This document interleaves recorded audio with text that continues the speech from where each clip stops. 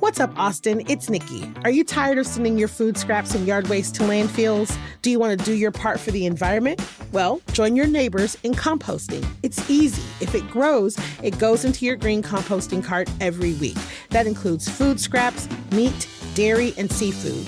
You can also compost food-soiled paper like greasy pizza boxes and paper towels. So visit austintexas.gov/composting for tips and resources. Let's make Austin a greener, more sustainable place, one compost cart at a time.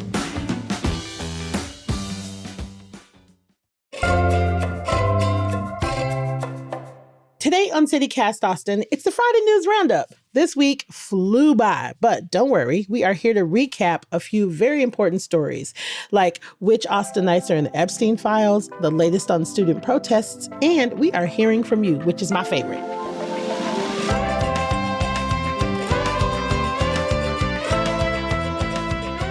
It's Friday, February 6th. I'm Nikki Devon, and this is what Austin's talking about.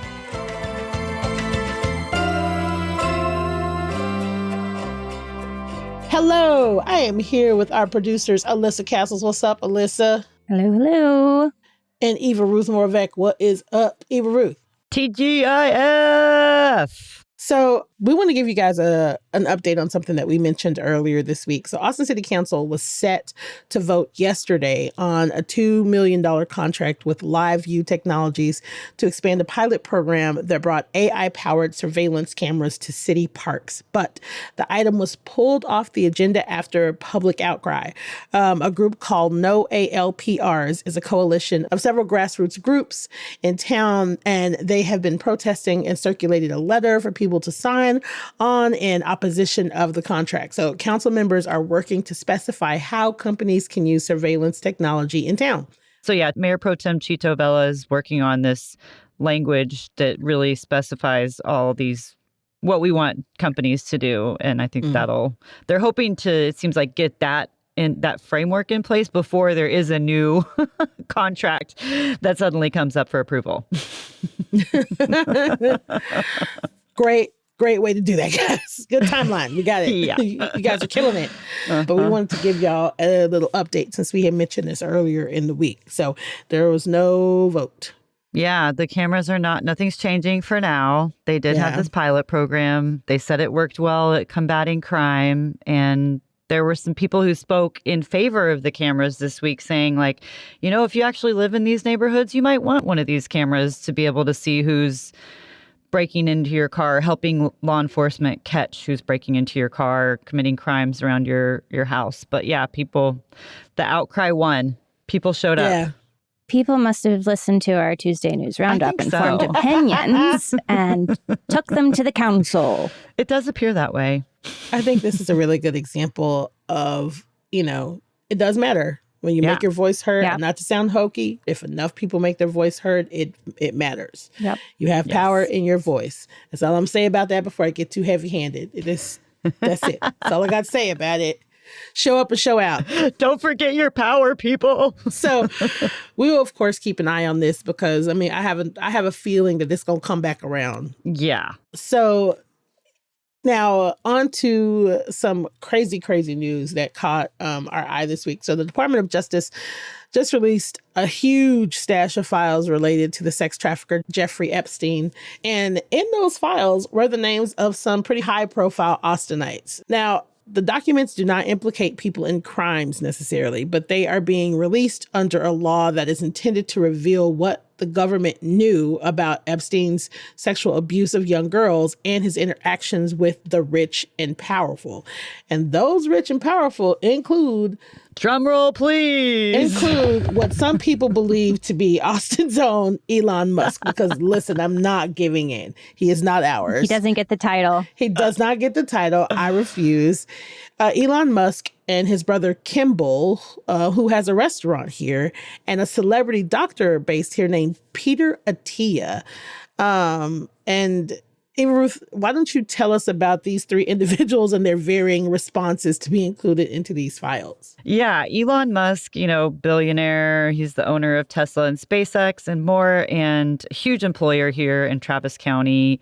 So there were several emails between him and Epstein that were released, and they show kind of this like awkward just the awkward personality that we expect he has, I think. Like, that kind of very nice way to say it.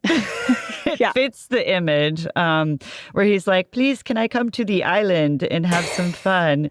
And this voice you're giving him is sending me. Please, can I come to the island? He is practically begging in them, though. It's awkward. and then they go back and forth. This was starting in 2012. So it's interesting that their interactions were happening after Epstein was had already been arrested once in 2008 and convicted. And they tried to connect at Epstein's Island. It's unclear if that happened. And then Epstein asked him about going to the UN at one point, and Elon Musk was like, I have 2 companies to run. He's like, I am too busy for these meetings. What would I get out of the UN? And anyway, and then it appears also that Epstein visited Musk at SpaceX. So Musk's response has been very interesting. He said that he was really glad that the emails were released. He posted something on X, which he also owns, saying that he really wants to, quote, at least attempt to prosecute those who committed serious crimes with Epstein, especially regarding heinous exploitation of underage girls. And then there have been additional strange Elon Musk posts about this. He's kind of doing a lot on this, actually. He reposted something on X where it was the official Jeffrey Epstein pedophile arrest counter, which is set at 0 because nobody's been arrested. And he reposted that and said needs to be above 0. So it's why are you still talking about this? I don't know. So that's Elon. I mean, I think he protests too much. That's right? what I think. Yeah, he just posted that he was glad that it's out now, Super interesting. His brother, he mentioned, Nikki Kimball, is he's some kind of the opposite. He shows up in the files more than 100 times. And he lives in Denver, so that's where this story is being reported out more. He has not commented on the release, and he has also stepped down from a position on the Burning Man board, which is a whole other lifestyles of the rich and famous people.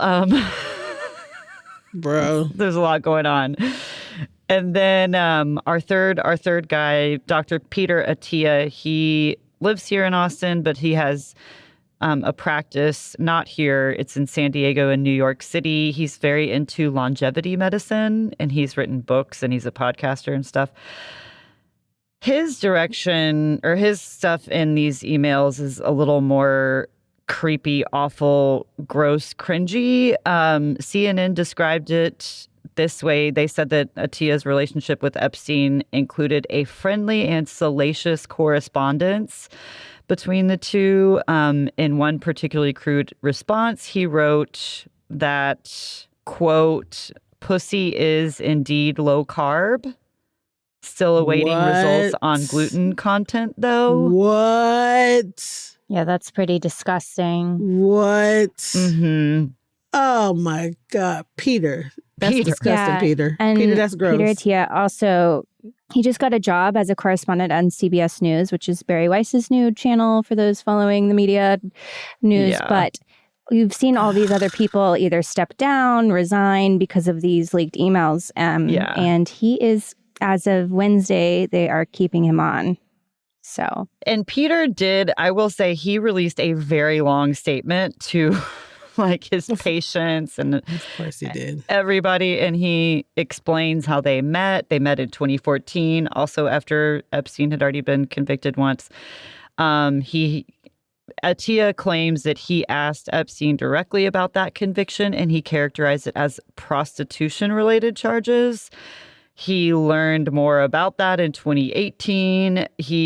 But he's owning it somewhat. He says, I was incredibly naive to believe him. I mistook his social acceptance in the eyes of the credible people I saw him with for acceptability. And that was a serious error in my judgment. To be clear, I never witnessed illegal behavior and never saw anyone who appeared underage in his presence. But you talked about pussy. Underage. Yeah. I just... Appeared underage? Appeared underage. Well... Come on, dude. That's a little wordplay possibly come there. On, but come on, bro. It's awkward, to say the least. I mean, in way, way worse, you know, a lot of abuse coming out of these files and just awful treatment of girls. Listen, plenty of times in my life, I have been in the presence or I have found myself friends with someone that's not a great person. You know what I mean? Like I've just misjudged, right? I've been like, oh, that person is terrible. I'm never going to talk to them again. Right. And then, you know, but it's like, if something then comes out later, like if you really were innocently just like, I didn't know who this person was. I had no idea. All the ladies seemed over age. Like it's just like nobody appeared to be underage. Like, it's like, if something like that would come out about someone that I am known to be around, I would be breaking my neck off top as soon as it came out to be like, I don't know this person. Mm-hmm. We are not close. I did not know he was diddling kids. This is terrible. I will do whatever I can to help. Like I would be like throwing myself into trying to, you know, like help. I wouldn't wait 20 years or 10 years later for my name to pop up and be like, hey, whoa, now. I was innocent. I did not know what kind of, it's just like, that's my issue with all of it. Like now everybody is just like, I mean, I was there, but I didn't see anything. I didn't see anything. It's so hard to believe. It's hard to believe. And so now you are affiliated with the company you kept because you kept your mouth closed for this long. It's like, and you went after. You wanted to go after he was already convicted. Do you think I'm going anywhere near somebody that's being convicted of child? Like, come on, dude. Yeah.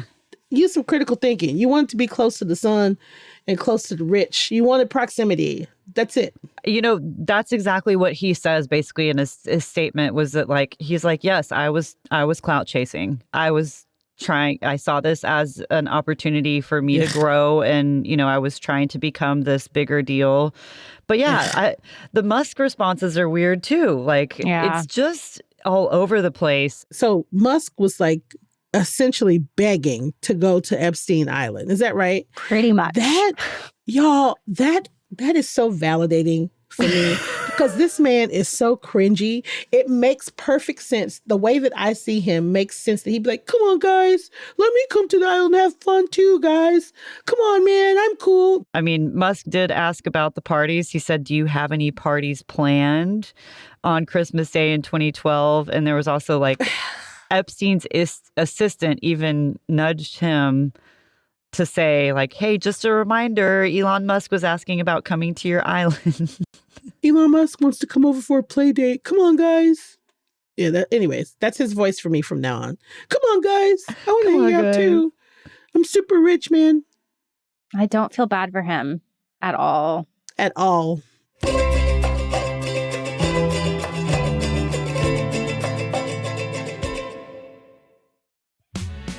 We're getting close to the time of year when we start thinking about spring cleaning and home improvements. Maybe you've noticed your heater running a bit more than usual, or maybe you've noticed higher electricity bills. Well, it could be time for you to replace your old builder-grade windows with custom-built, high-quality windows from Window Nation. Check this out.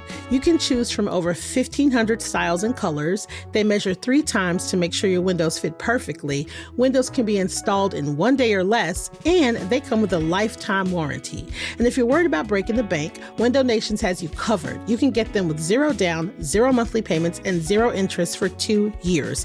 Plus, Window Nation's Buy 4, Get 4 Windows free sale is going on right now. And if that's not enough, act now and you can get an extra 10% off for Valentine's Day. So schedule a fast, free estimate now at windownation.com.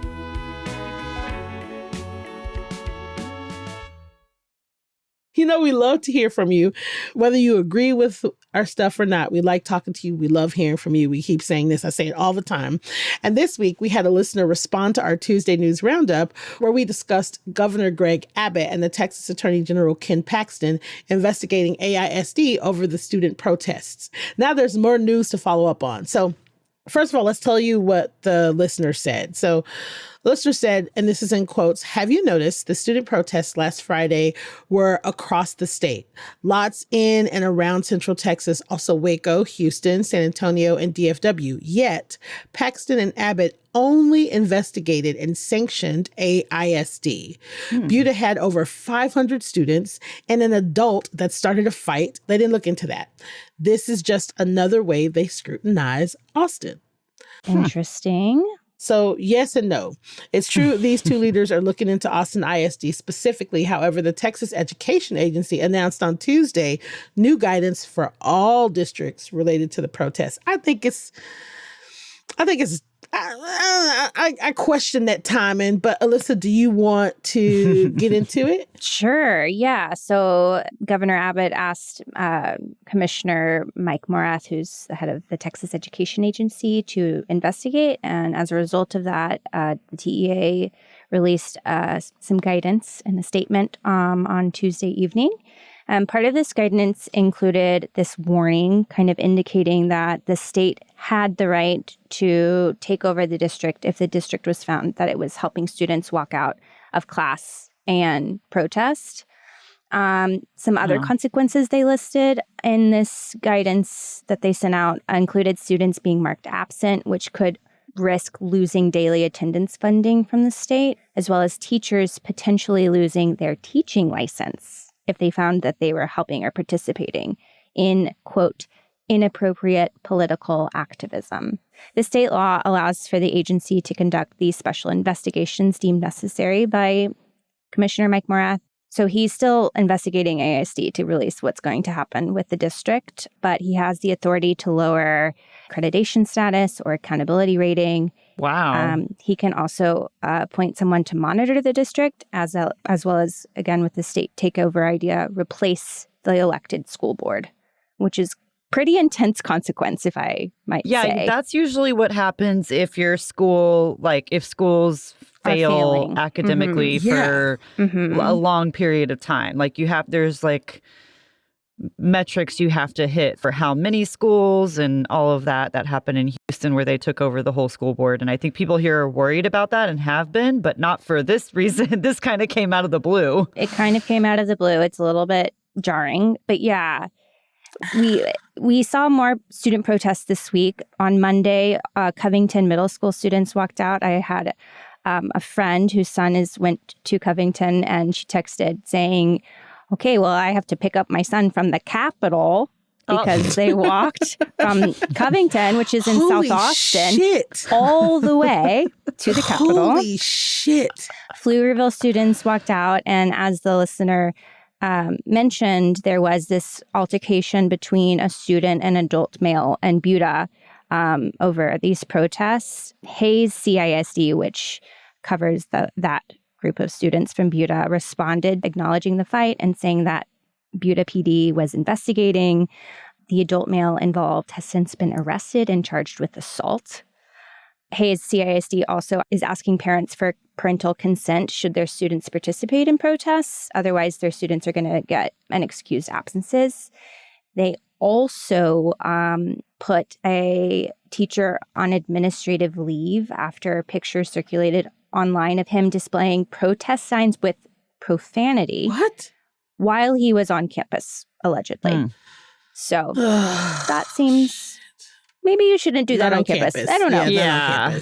And then despite all of this guidance being released Tuesday night, on Wednesday, students in Leander staged a walkout. Hey. So very interesting. Lots happening. I did think that like AISD, from what we had heard, students that were participating in the walkout, the big one, were counted as absent. So they were. I feel like some of the TEA guidance they're already kind of doing, but it just solidifies the like state takeover part, which and the teacher part, that's pretty shocking too. Yeah.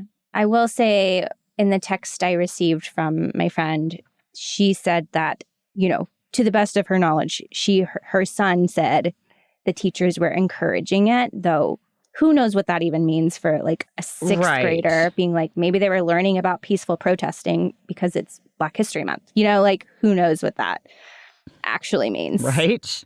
Are they learning something? They're teaching. Yeah, are they They're teaching? That's right. the entire point of doing what they do. That's right. You're teaching, you're educating. That is influence. So do you not want teachers to do their job? We teach them about exercising your rights. And so if they then exercise their rights, why is it the fault of the teachers and the educators? They're doing what they're supposed to do. That doesn't mean they're like, yeah, you guys should all walk out right now. You should leave. And there's no way to tell. There's no way to tell what's happening. So this hackneyed trying to enforce and threatening people's teaching certificate. Like, what are you doing? It's like you want teachers to enforce something because you're mad that kids are exercising their right to express themselves against what you're doing. That is what they're supposed to do. Yeah. And if they make that decision and they take that absence during the day, then they've taken that absence during the day. If they've talked to their parents and their parents are okay with that absence, that's not your business. Yeah. It's not your business. It's not the state's business. Right. Yeah. In my opinion.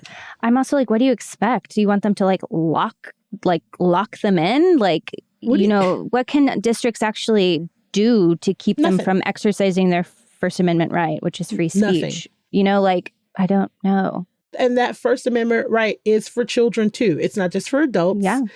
It's not just for taxpayers or people that vote. And I wonder if it was about something else, if the protest was about something else, if the reaction would be the same. Let's just say that it was like a Keep Christ in Christmas rally or something, Listen, that was happening on a Friday. They would be passing out orange juice and cookies to the kids as they walk to the Capitol if it was about Jesus. Or an anti-abortion rally, that happened during school. It's like, I wonder if is it really about when these are happening that they're disrupting the school day, that the kids should be in school, or is it about the subject matter? And we don't really have an equivalent to test it out on. But right. Well, it's the verbiage they use is inappropriate political activism. So that makes me think, okay, well then what's appropriate political activism? Right. Right. Yeah.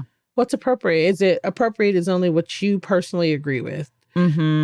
That's what this is about. It's about who decides, who gets to decide what's appropriate. Yeah. It's and also there's this general complaint around Gen Z, Gen Alpha, they don't care about anything.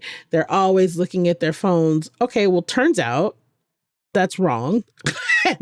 And these kids are paying attention and they're dialed in and they're exercising their rights and they're passionate and they're doing the one thing that they can do. This is the one thing they can do. They're not throwing things. They're not causing a ruckus. They're just walking.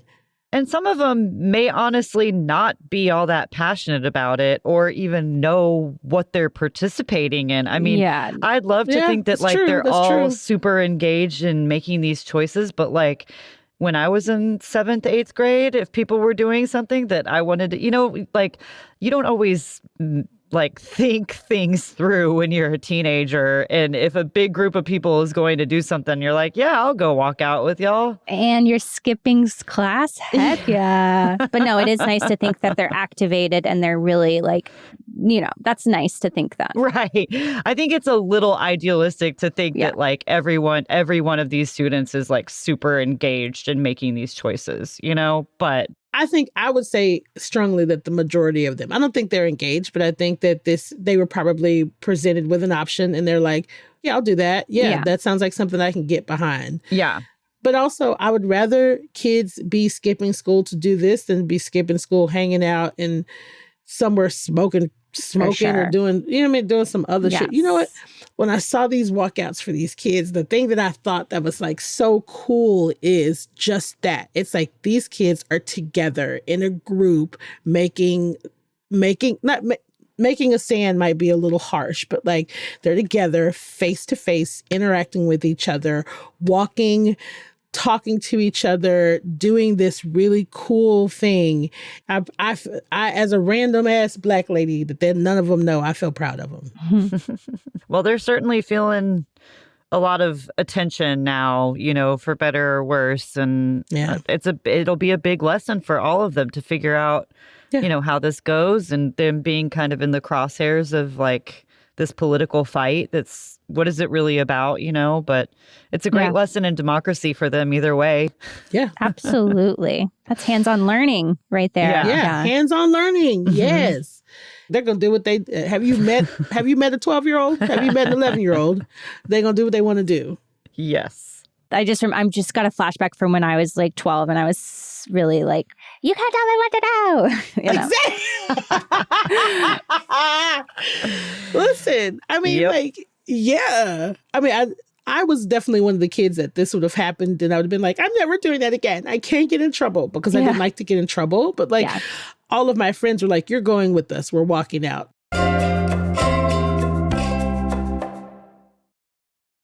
Speaking of doing what we won't, what are our weekend picks? Eva Ruth, you say you're going to be cleaning up. Big plans, so you're y'all. Opting out. You're opting out of the plans. Really big plans this weekend to do some manual freeze cleanup. So in between that, I'll probably be drinking some Austin East cider and running and eating. Those are my weekend plans. Look at that. Easy peasy. Alyssa, what about you? I am deciding still between two of my friends' events happening tonight. I'm either going to go to my friend's album release show at Cherrywood Center. The band is called Daphne Tunes. They're going to also be performing with Aurograph. It's tonight at 7. Tickets are $15. It's going to be a really great time. I've never been to the Cherrywood Center, but it seems fun. Or I am going to go see a friend's band, Steve and the Sweethearts, play in Manor at Rancho Moonrise. There's 2-step lessons by Native Texas at 8, and then the band will go on at 8:30. And tickets are also $15 for that. So kind of two different vibes. Yeah. That I've TBD to see what I'm doing tonight, but one of those for sure. Nice. I love that there's so many music options on any given night in Austin. Listen, it's great. For $15 too. That's really fun. What about you, Nikki? What are you doing? So, y'all, this weekend is full of stuff to do. I feel like I say that every single weekend, but it's also Super Bowl weekend, so it's crazy. Tonight, there's something at the Swan Dive called the Recession Pop Party. And it's like half off cover, so it's only like $5 to get in. They say their drink specials are too low to advertise, but they're playing artists like Lady Gaga, Kesha, Pitbull, Usher, Katy Perry, LMFAO. Fun. It sounds like a lot of fun. I'm super, super, super into it. Yeah, so recession pop, which is kind of that's my era. But I like that the prices match the time too. I love it. Also, at 6:00 tonight, Napoleon Dynamite Live is playing at the Paramount, and they are going to have John Heder, Efren Ramirez, and John Grease there live. Oh my God. Yes. So Pedro, Napoleon, and Uncle Rico are going to be at this screening tonight, and I am living. I'm like, I might have to make this happen because I know so many parts of Napoleon Dynamite, and I quote it often, like all the time. It is a silly thing that Nicole and I do all the time. VIP tickets give you access to the meet and greet. I want to meet Uncle Rico. I'm sure Napoleon and Pedro are delightful. I'm trying to meet Uncle Rico. That's who I want to see. That's who I'll probably try to go and meet. Yeah, so it's a screening of the movie and them on a panel, and it's just up my alley. So that's happening tonight. Love that. I know. God, I love Austin. Okay, so then tomorrow, we talked about this in our monthly guide, but it is Solar Saturday Black History Month kickoff block party at the Carving Museum. That's from 12 to 6. There's all kinds of stuff happening all day, but starting off with the Black Makers Vendor Market. Y'all know your girl loves a market, so I will be there for sure. But also happening tomorrow is Busty's Vendor Market. That's happening from 11 a.m. to 4 p.m. Vintage clothing, vintage plants, jewelry, vinyl. Yeah, and they got brunch. Their food is really good and it's affordable and it's cute. Their little flyer is cute. And then tomorrow night, the Boogie is happening at Dawa. Austin Boogie Crew presents the Boogie, and it's just dancing, funk, soul, disco, boogie at Dawa headquarters. And it's called the Grown and Sexy Edition. So, hello. And of course, Chorizo Funk, that's my favorite DJ. So Dawa is on 916 Springdale over in Canopy. It's cute little space. Also tomorrow happening, and then this is going to be it. Bad Bunny Bowl at Swan Dive, because y'all know Bad Bunny is doing the Super Bowl halftime show. That starts at starting at 9:30. They playing Bad Bunny all night. So that's Saturday night to get you That's Saturday night to get you in the mood. To get you in the Sunday mood for game. Sunday. It's Super Bowl Sunday. Sunday. Real quick, even if you're not a football fan, even if you're not, right? Super Bowl Sunday is such a good time to people watch and be out and about and just like get some good specials on booze and wings and just... y'all, I'm sorry. Y'all know how I am. I love a good like rivalry football yelling. I don't know why. I love it. Yeah. You can find Super Bowl watch parties all over the city on Sunday. Austin has you covered. Check CityCast Austin's newsletter. I have a question for our listeners. I'm obsessed with chicken wings, like buffalo chicken wings, and I want to know where everyone's favorite place to get chicken wings in Austin are. Ooh. Besides Pluckers, because we know Pluckers chicken wings, but where's everyone's favorite? Ooh, that's a really good... My go-to is Terry's Seafood, but I don't know. Because I think of football and I think of chicken wings. Yeah. Sure. Where are you going to be eating your wings on Sunday? Let us know. Yeah. Who has the best chicken wings in Austin? Yeah. So anyways, plenty of stuff to do. I hope to see you guys out and about. I hope that you get into the city. It's going to be beautiful this weekend. It's supposed to be really pretty this weekend. So, put on your cute clothes and get out into the city. Before we leave, we want to take this opportunity to remind you that we are having an event at Stargazer on February 12th. It's going to be our first member event of the year. And it is going to be a trivia night, and it's going to be hosted by yours truly. Hey. My trivia questions are unhinged, but they're fun. You better study up on all things Nikki likes by listening to every single one of our episodes. Listen, you better get into it because the top 2 teams get a prize, a very good prize. So you can bring friends with you. If you are not a member, you can come and sign up to be a member, but you can also just come and talk to us and see what CityCast Austin is all about. Yes. But members, we got some special perks for y'all when y'all show up. If you want more information about our neighbor program, go to membership.citycast.fm and become a CityCast neighbor today. Woohoo! Yay. And we can for real though add a link to our event RSVP to our show notes. If you haven't RSVP'd yet and you're interested, come play with us. Look at that. Easy peasy. Be our neighbor. Okay, Alyssa, Eva Ruth, thank you so much for rounding out the news with me this week. You guys are amazing. Happy Friday. Happy Friday. Bye-bye. Bye, y'all. Bye.